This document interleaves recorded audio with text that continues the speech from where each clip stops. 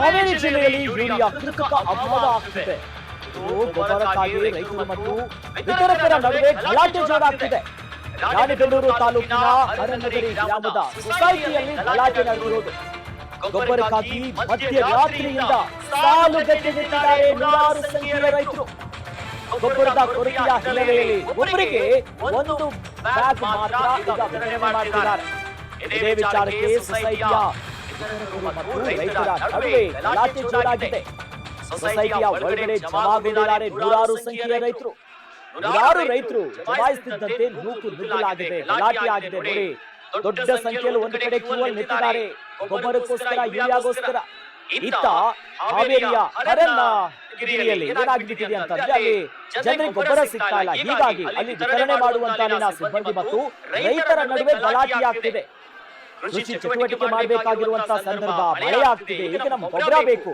ಇಂಥ ಸಂದರ್ಭದಲ್ಲಿ ಗೊಬ್ಬರ ಸಿಗ್ತಾ ಇಲ್ಲ. ಯಾಕಂತ ಸೊಸೈಟಿ ಒಳಗೂ ಹೋಗಿ ನೂರಾರು ಸಂಖ್ಯೆಯ ರೈತರು ಗಲಾಟೆ ಮಾಡ್ತಿದ್ದಾರೆ. ಪಾಪ ಅವರು ಕೂಡ ಕೇಳ್ತಾರೆ, ಎಲ್ಲಿ ಹೋಯ್ತು ಯೂರಿಯಾ, ಯಾಕೆ ಕೊಡ್ತಾ ಇಲ್ಲ, ಈಗ ಕೃಷಿ ಚಟುವಟಿಕೆ ಬೇಕು ಅಂತ. ಈ ಸಂದರ್ಭದಲ್ಲಿ ಗಲಾಟೆಯನ್ನ ಚದುರಿಸೋದಕ್ಕೆ ಲಾಠಿ ಪ್ರಹಾರವನ್ನ ಕೂಡ ಪೊಲೀಸರು ಮಾಡಿದ್ದಾರೆ. ಗಲಾಟೆ ಹೆಚ್ಚಾಗ್ತಿದ್ದಂತೆ ಪೊಲೀಸರು ಕೂಡ ಎಂಟ್ರಿ ಕೊಡ್ತಾರೆ ಪರಿಸ್ಥಿತಿಯನ್ನ ನಿಭಾಯಿಸೋದಕ್ಕೆ. ದೃಶ್ಯಗಳು ಗಮನಿಸ್ತಾ ಇದ್ದೀವಿ ನೋಡಿ, ಹರನಗಿರಿಯ ಹಾವೇರಿಯಲ್ಲಿ ಆಗಿರುವಂತಹ ಘಟನೆ ಇದು. ಗೊಬ್ಬರಕ್ಕೋಸ್ಕರ ರೈತರು ಮತ್ತು ವಿತರಕರು ಗಲಾಟೆ ಮಾಡಿಕೊಂಡಿದ್ದಾರೆ. ನಾವಾಗಲೇ ಹೇಳ್ತಾ ಇದ್ವಿ, ಕೊಪ್ಪಳದಲ್ಲೂ ಕೂಡ ಇದೇ ಚಿತ್ರಣ. ಕೊಪ್ಪಳದಲ್ಲೂ ಕೂಡ ರೈತರಿಗೆ ಯೂರಿಯಾ ಗೊಬ್ಬರ ಸಿಗದೆ ಪರದಾಡ್ತಿದ್ದಾರೆ, ಕ್ಯೂ ಅಲ್ಲಿ ನಿಂತಿದ್ದಾರೆ. ಅವರು ಕೂಡ ತಮ್ಮ ಆಕ್ರೋಶವನ್ನು ಹೊರಗಾಗ್ತಿದ್ರೆ, ಇತ್ತ ಹಾವೇರಿಯಲ್ಲೂ ಕೂಡ ಇದೇ ಕತೆ ಮುಂದುವರೆದಿದೆ. ಮಧ್ಯರಾತ್ರಿಯಿಂದಲೂ ಕೂಡ ಕಾಯ್ಕೊಂಡು ಕೂತಿದ್ದಾರೆ, ನಮಗೂ ಗೊಬ್ಬರ ಸಿಕ್ಕಿದ್ರೆ ಸಾಕು ಅಂತ. ಯಾವಾಗ ಗೊಬ್ಬರ ಸಿಗ್ತಾ ಇಲ್ಲ, ಸರಿಯಾದಂತ ಪೂರೈಕೆ ಮಾಡ್ತಾ ಇಲ್ಲ ಅನ್ನೋದು ಗೊತ್ತಾಗ್ತಿದ್ದಂತೆ ಗಲಾಟೆ ಆಗೋದು ಶುರುವಾಗಿದೆ. ಅವ್ರಿಗೂ ಕೂಡ ಕೃಷಿ ಮಾಡೋದಕ್ಕೆ ಬೇಕೇ ಬೇಕು, ಯೂರಿಯಾ ಗೊಬ್ಬರ ಹಾಕಲೇಬೇಕು, ಒಳ್ಳೆ ಫಲ ಬರಬೇಕು ಅಂತಂದ್ರೆ. ಬಟ್ ಯಾಕಾಗಿ ಹಿಂಗಾಗ್ತಿದೆ? ಕೃತಕವಾಗಿ ಬೇಕು ಅಂತಾನೆ ಅಭಾವವನ್ನ ಸೃಷ್ಟಿ ಮಾಡ್ತಿದ್ದಾರೆ ಅನ್ನೋದಾಗಿ ಸದ್ಯ ರೈತರು ಕೂಡ ಆರೋಪ ಮಾಡ್ತಿದ್ದಾರೆ. ನೂರಾರು ರೈತರು ಸರತಿ ಸಾಲಿನಲ್ಲಿ ನಿಂತಿದ್ದಾರೆ. ಕೆಲಸ ಮಾಡಬೇಕು, ಹೊಲದಲ್ಲಿ ಬೇಕಾಗಿರುವಂತ ರೈತರು ನೋಡಿ ಎಂತ ಪರಿಸ್ಥಿತಿ ಬಂದಿದೆ.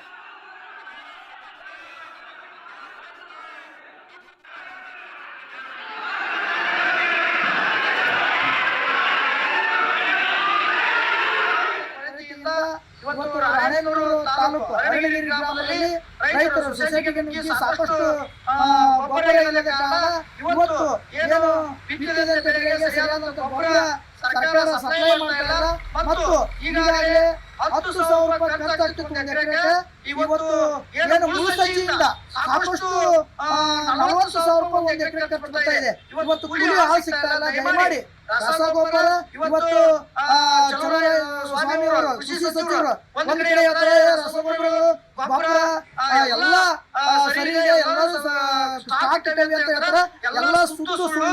ಇವತ್ತು ಕೃಷಿ ಸಚಿವರು ಕೂಡಲೇ ರಸಗೊಬ್ಬರ ಎಲ್ಲೆಲ್ಲಿ ಕೊರತೆ ಇದೆ ಅಲ್ಲಿ ಕೊಡುವಂತ ವ್ಯವಸ್ಥೆಯನ್ನ ಮಾನ್ಯ ಕೃಷಿ ಸಚಿವರು ಮತ್ತು ಸಂಬಂಧಪಟ್ಟ ಕೃಷಿ ಇಲಾಖೆ ಅಧಿಕಾರಿಗಳು ಮಾಡಬೇಕು. ಇಲ್ಲಾಂದ್ರೆ ರೈತರು ಬಗ್ಗೆ ಹೆಚ್ಚಿನ ಡೀಟೇಲ್ಸ್ ನೀಡ್ತಾರೆ ನಮ್ಮ ರಿಪೋರ್ಟರ್ ಮಲ್ಲಿಕ್ ದೂರವಾಣಿ ಸಂಪರ್ಕದಲ್ಲಿ ನಮ್ಮ ಜೊತೆ ಜಾಯ್ನ್ ಆಗಿದ್ದಾರೆ. ಮಲ್ಲಿಕ್, ಸದ್ಯ ಅಲ್ಲಿ ದೃಶ್ಯದಲ್ಲಿ ನೋಡ್ತಾ ಇದ್ವಿ, ಕ್ಯೂ ನಿಂತಿದ್ದಾರೆ ರೈತರು. ಸದ್ಯ ಅಲ್ಲಿನ ಸೊಸೈಟಿಯಲ್ಲಿರುವಂತ ಸಿಬ್ಬಂದಿಗಳು ಏನ್ ಹೇಳ್ತಿದ್ದಾರೆ, ಯಾಕೆ ಈ ರೀತಿಯಾದಂತಹ ಅಭಾವ ಸೃಷ್ಟಿಯಾಗಿದೆ ಅಂತ?